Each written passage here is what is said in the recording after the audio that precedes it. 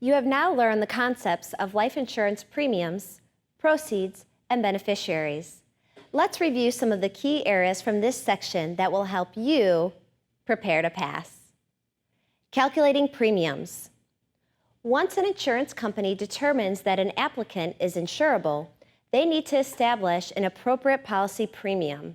The premium will be used to cover the cost and expenses to keep the policy in force.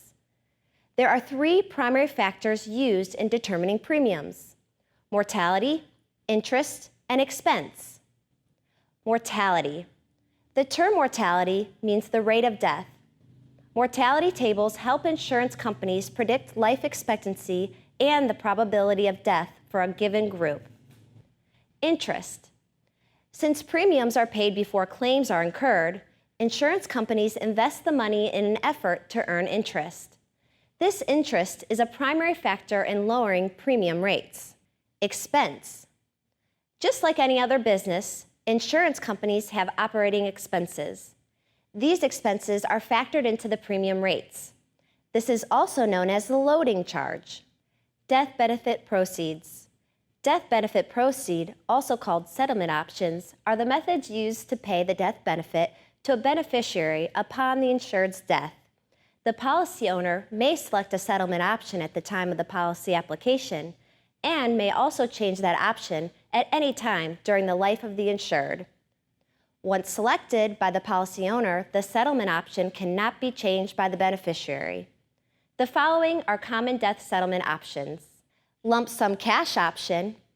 Upon the death of the insured, the policy is designed to pay the proceeds in cash, called a lump sum. As a rule, this lump sum is not taxable as income. Interest-only option. With interest-only option, the insurance company retains the policy proceeds and pays interest on the proceeds to the recipient beneficiary at regular intervals. The insurer usually guarantees a certain rate of interest and will often pay interest in excess of the guaranteed rate. Fixed period option. Under the fixed period option, also called period certain, proceeds will be paid out in equal installments over a specified period of years. Fixed amount option. The fixed amount installment option pays a fixed specific amount in installments until the proceeds are exhausted. Life income option. The life income option provides the recipient with an income that he or she cannot outlive. Installment payments are guaranteed for as long as the recipient lives. The amount of each installment is based on the recipient's life expectancy. 1035 exchange. In accordance with Section 1035 of the Internal Revenue Code, certain exchanges of life insurance policies and annuities may occur in a non-taxable exchange. When a cash value life insurance policy is exchanged for another cash value life insurance policy, or an annuity for an annuity, there will be no income tax on these transactions. Beneficiaries. Who can be a beneficiary? There are very few restrictions on who may be named a beneficiary of a life insurance policy. The decision rests solely with the policy owner. A beneficiary is the person to which the policy proceeds will be paid upon the death of the insured. Beneficiary could be individuals, businesses, trusts, estates, or even charities. Types of beneficiaries. Primary. The primary beneficiary has first claim to the policy proceeds following the death of the insured. The policy owner may name more than one primary beneficiary, as well as how the proceeds are to be divided. Secondary. The secondary beneficiary, also called the contingent beneficiary or tertiary beneficiary, has second claim in the event the primary beneficiary dies before the insured. Contingent beneficiaries do not receive anything if the primary beneficiary is still living at the time of the insured's death. Per stirps.